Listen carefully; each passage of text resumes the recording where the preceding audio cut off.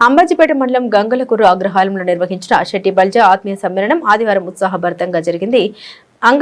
గంగలకూరు అగ్రహారం శెట్టి బలిజ సంఘ అధ్యక్షుడు మట్టపర్తి మీరా సాహెబ్ అధ్యక్షతన జరిగిన ఈ కార్యక్రమానికి తెలుగుదేశం పార్టీ పొలిట్ బ్యూరో సభ్యుడు శాసన మండలి మాజీ డిప్యూటీ చైర్మన్ రెడ్డి సుబ్రహ్మణ్యం ముఖ్య అతిథిగా హాజరై ప్రసంగించారు. ఈ సందర్భంగా ఆయన మాట్లాడుతూ శెట్టి బలిజ సామాజిక వర్గం రాజ్యాధికారం సాధించాలంటే విద్యా ఉద్యోగ రంగాల్లో ముందుండడంతో పాటు సంఘటితంగా ఉండాలని పిలుపునిచ్చారు. బీసీ కులాలు ఐక్యంగా ఉంటేనే రాజకీయంగా బలపడగలమని, జనాభాలో అధిక సంఖ్యలో ఉన్న శెట్టి బలిజలు అన్ని రంగాల్లో గణనీయమైన ప్రగతి సాధించాలని సూచించారు. గతంలో శెట్టి బల్జల్ని అగ్రవర్ణాలకు దీటుగా నిలిపిన మహానీయుడు కీర్తిశేషులు దొమ్మెటి వెంకటరెడ్డి అని ఆయన పేర్కొన్నారు.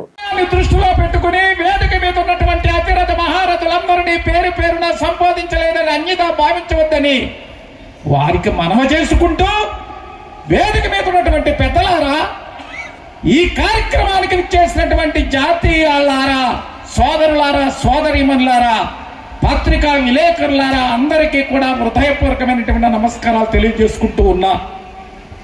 చాలా ఆనందంగా ఉంది. చెట్టి బలిజ అంటే మొట్టమొదటిగా గుర్తొచ్చేది అమలాపురం. అమలాపురం అంటే మరి ముఖ్యంగా గుర్తించేది గంగలకూరు అగ్రహారం అని ఈ సందర్భంగా మీకు గుర్తు చేస్తున్నాను. నేను ఉపన్యాసం జోలికి పోను కానీ వాస్తవ విషయాలు, చరిత్ర నేటి యువతకు తెలియజేసే ప్రయత్నం మాత్రం చేస్తానని ఈ సందర్భంగా యువతకి ప్రత్యేకించి నేను అభ్యర్థిస్తున్నాను. చెట్టి బలిజ అంటే గుర్తొచ్చేది అమలాపురంలో బోనస్కూరులో మహానుభావుడు కీర్తిశేషులు దొమ్మేటి వెంకటరెడ్డి గారు 1853 మార్చి 23వ తారీఖున జన్మించారు. ఆ మహానుభావుడు రంగూని వెళ్లి వ్యాపారాలు చేసి ధనం సంపాదించి చెట్టుగాళ్ళు అని అపహాసంగా పలకరిస్తున్నటువంటి దీన్ని స్వస్తి చెప్పాలని ఆనాడున్నటువంటి కుడుపుడు సూర్యనారాయణ గారు ఇటువంటి తదితరులతో సంప్రదించి ఒక మహాసభ పెట్టి చెట్టి బలిజ సంఘాన్ని 1920లో స్థాపించారని నేటి యువతకు నేను గుర్తు చేస్తున్నాను. 1920లో చెట్టి బలిజ సంఘం స్థాపించబడితే 29 సంవత్సరాల తర్వాత 5/9/1949లో గంగలకూరు అగ్రహారంలో చెట్టి బలిజ సంఘం ఏర్పాటు చేశారనే విషయాన్ని కూడా గుర్తు చేస్తున్నారు. చెట్టి బలిజ సంఘం కేంద్ర సంఘం 1920, గంగలకూరులో సంఘం 1949. అంటే 29 సంవత్సరాలకి ఇక్కడ స్పందన వచ్చి ఒక సంఘాన్ని స్థాపించినందుకు ఆనాటి పెద్దలని మనస్ఫూర్తిగా నేను అభినందిస్తున్నాను. ఎక్కడికక్కడ కుల సంఘాలు ఉన్నాయి, ఎక్కడికక్కడ కుల సంఘాలు పెట్టుకుని గుడి దగ్గర బడి దగ్గర మీటింగులు పెట్టుకుంటున్నాం. మన సంఖ్యాబలం కనపడటం లేదు. దీన్ని ఆలోచించాడు కుడుపుడు సూర్యనారాయణరావు, మన మధ్యలో ఉన్నటువంటి కుడుపుడు సూర్యనారాయణరావు. ఆ తర్వాత 49లో ఇటువంటి సంఘాలు పెట్టుకుంటూ పోతుంటే వీరందరినీ ఐక్యం చేయాలని ఆలోచించి 42 సంవత్సరాల తర్వాత అంటే 1991లో రావులపాలెంలో మహానాడు పెట్టి ఉర్రూ తొలగించి చెట్టి బలిజ బలాన్ని హైదరాబాద్ వరకు చూపించినటువంటి పరిస్థితి ఈ సందర్భంగా మీకు గుర్తు చేస్తున్నాను. 91లో సూర్యనారాయణరావు గారి ఆలోచన ఏమిటంటే, సంఖ్యాబలంగా మన చెట్టి బలిజలు అధికంగా ఉన్నాం, ఎక్కడికక్కడ సంఘాలు ఉన్నాయి, కానీ మన బలం చూపించాలి. అప్పుడే ఈ సంఘాలు పెట్టి విద్యారంగంలో, ఉద్యోగ రంగంలో, వ్యాపార రంగంలో ముందుకు పోయినా సమాజంలో వెనుకబడిపోతున్నాం. దీనికి కారణం ఏమిటని అన్వేషిస్తే ఎన్ని రంగాలలో ముందుకు పోయినా రాజ్యాధికారంగా ముందుకు పోవాలి, దానికే మహానాడు పెట్టాలని మహానాడు పెట్టారు సూర్యనారాయణరావు గారిని గుర్తు చేస్తున్నారు. దానికి ఫలితం ఏమిటో మీకు తెలుసా? అప్పటి వరకు ఎమ్మెల్యేలకే పరిమితమైనటువంటి మనం కుడుపూడి ప్రభాకర్ రావు గారికి మంత్రి పదవి వచ్చింది. పార్టీలు స్పందించారు, మంత్రి ఇచ్చారు. కోట్ల విజయభాస్కర్ రెడ్డి కేబినెట్ లో అది దాని ఫలితమని ఈ సందర్భంగా గుర్తు చేస్తున్నారు. ఎందుకంటే ఇది చరిత్ర. ఈ చరిత్రను అలా అంచెలంచెలుగా మనం ముందుకు తీసుకుపోతున్నాం. మరి చెప్పారు కుడుపుడి సత్యబాబు గారు, అమలాపురం ఏనాడో చైతన్యమైంది. తర్వాత రామచంద్రపురం చూస్తే 1978లో మిమ్మల్ని చూసి రామచంద్రపురంలో మరి పిల్లి అప్పారావు గారు ఇండిపెండెంట్ గా పోటీ చేసి గెలిచినటువంటి చరిత్ర సృష్టించి చెట్టి బలజలకు అక్కడ బాట వేశారని ఈ సందర్భంగా మనం చేస్తున్నాను. మీ గురించి చెప్పక్కర్లా, కొడుకుడు సూర్యనారాయణరావు గారు కీర్తి చేసులు, ఆ తర్వాత కుడుపుడి చిట్టాపాయ్ గారు. మీరు పార్టీ టిక్కెట్లు ఇవ్వకపోయినా గెలిచే సత్తా మా సంఘానికి ఉందని చూపించే సత్తా కలిగినటువంటి నియోజకవర్గం చెట్టి బలిజలకే దక్కుతుందని కూడా ఈ సందర్భంగా గుర్తు చేస్తున్నారు. ఇటువంటి చరిత్ర కలిగినటువంటి ఇటువంటి నియోజకవర్గాలని ఆదర్శంగా తీసుకుని 1981లో రాజ్యాధికారం కావాలి అవమానంతో కుంగి కుషిస్తున్నటువంటి కొత్తపేటలో మేము కూడా రాజకీయ వరవడికి శ్రీకారం చుట్టి సర్పంచ్గా రాజకీయ జీవితాన్ని ప్రారంభించారంటే మీ స్ఫూర్తే, మీ గంగలకూరు, మీ అమలాపురమే అని ఈ సందర్భంగా మరొక్కసారి నొక్కి వక్కానిస్తున్నాను.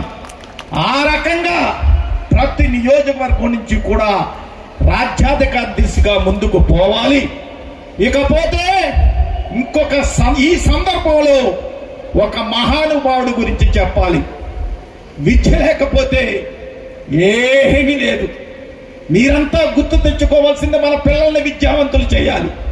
18వ శతాబ్దంలోనే కీర్తి చేసులు మహాత్మా జ్యోతిరావు పూలే ఒక మాట చెప్పాడు, విద్య లేకపోతే విజ్ఞానం లేకుండా పోతుంది, విజ్ఞానం లేకపోతే నైతికత లేకుండా పోతుంది, నైతికత లేకపోతే ఐకమత్యం లేకుండా పోతుంది, ఐకమత్యం లేకపోతే శక్తి నశిస్తుంది, శక్తి నశిస్తే సాటి అగ్ర కులస్తుడు మనల్ని అనకదొక్కుతాడు, మనం అనదొక్కబడతాం. ఈ వ్యర్థాలకి ఈ అనర్థాలకి అన్నిటికీ మూలం విద్య అని చెప్పాడు. ఆడవాళ్ళు కూడా చదువుకోవాలని జ్యోతిరావు పూలే భార్య సావిత్రిబాయి పూలే చెప్పారు అనే విషయాన్ని కూడా నేటి యువత తెలుసుకోవాలి. అందుకోసమే విద్యా ఉద్యోగ రంగాల గురించి మాట్లాడుకుంటే సూర్యనారాయణ గారు చెప్పారు ఏ రకంగా బీసీలకు రిజర్వేషన్ వచ్చిందో. మరి నాకు తెలుసున్నంత వరకు 1970లో ఈ ప్రక్రియ అంతా పూర్తి చేసుకున్న తర్వాత అప్పుడున్నటువంటి బ్రహ్మానంద రెడ్డి గారి కేబినెట్ లో 25% విద్యా ఉద్యోగ రంగాలలో రిజర్వేషన్ ఇచ్చారనే సందర్భంగా మీకు గుర్తు చేస్తున్నాను. 25% రిజర్వేషన్ ఇచ్చారు. విద్యా ఉద్యోగ రంగాల్లో మనం ముందుకు పోతున్నాం. జనాభా పెరిగింది, మన రిజర్వేషన్ పెరగలేదు. పెంచాలంటే కోట్లు అడ్డొస్తున్నాయి కాబట్టి దానితోటే సరిపెట్టుకుంటున్నాం. సంఖ్య పెరుగుతుంది, జనాభా పెరుగుతుంది, రిజర్వేషన్ పెరగటం లేదు. ఆ తర్వాత ఆలోచించారు ఏంటి విద్యా ఉద్యోగాలతో సరిపెట్టుకుందామా, రాజకీయంగా కూడా ముందుకు పోవాలంటే రాజకీయ రిజర్వేషన్లు కావాలని తెలుగుదేశం పార్టీ పెట్టిన మహానుభావుడు కీర్తి చేసి నందమూరి తారక రామారావు గారు స్థానిక సంస్థలలో రిజర్వేషన్ ఇచ్చారనే విషయాన్ని కూడా ఈ సందర్భంగా మనం చేస్తున్నారు. ఇక దాంతో సరిపెట్టుకుందామా?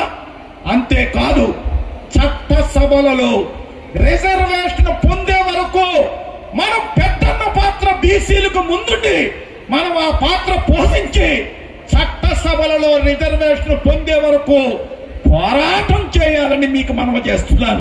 సూర్యనారాయణ గారు ఒక చక్కటి మాట చెప్పారు, అసలు జనగణనతో పాటు కులగణన జరగాలి. ఈ సమాజంలో చెట్టి బలిజలు ఎంతున్నారు, గౌడాస్ ఎంతమంది ఉన్నారు, యాదవులు ఎంతమంది ఉన్నారు, అగ్నికుల క్షత్రియులు ఎంతమంది ఉన్నారు, యావత్ బీసీలు ఎంతమంది ఉన్నారు అనే జనాభా లెక్కలతో పాటు కులగణన కూడా చేయాలని ఈ సభ ద్వారా ఒక తీర్మానం ప్రవేశపెడుతున్నాం. ఆమోదించవలసిందిగా మీ అందరినీ కూడా కోరుతూ ఉన్నాను. ఎందుకంటే దేనికైనా జనగణనే ముఖ్యం, ఆ జనగణనతో కులగణనే ముఖ్యం. ఆ కులగణ ప్రకారమే తమిళనాడు రిజర్వేషన్ లెక్కలు తేల్చి స్థానిక సంస్థల్లో అత్యధిక రిజర్వేషన్ పొందుతున్నారు. మనకు ఇక్కడ ఉన్నటువంటి 34 రిజర్వేషన్ ని 24కి వెళ్ళిపోయింది. ఆ 24ని 34 చేయాలంటే కులగణన అవసరం. కాబట్టి రాష్ట్ర ప్రభుత్వాన్ని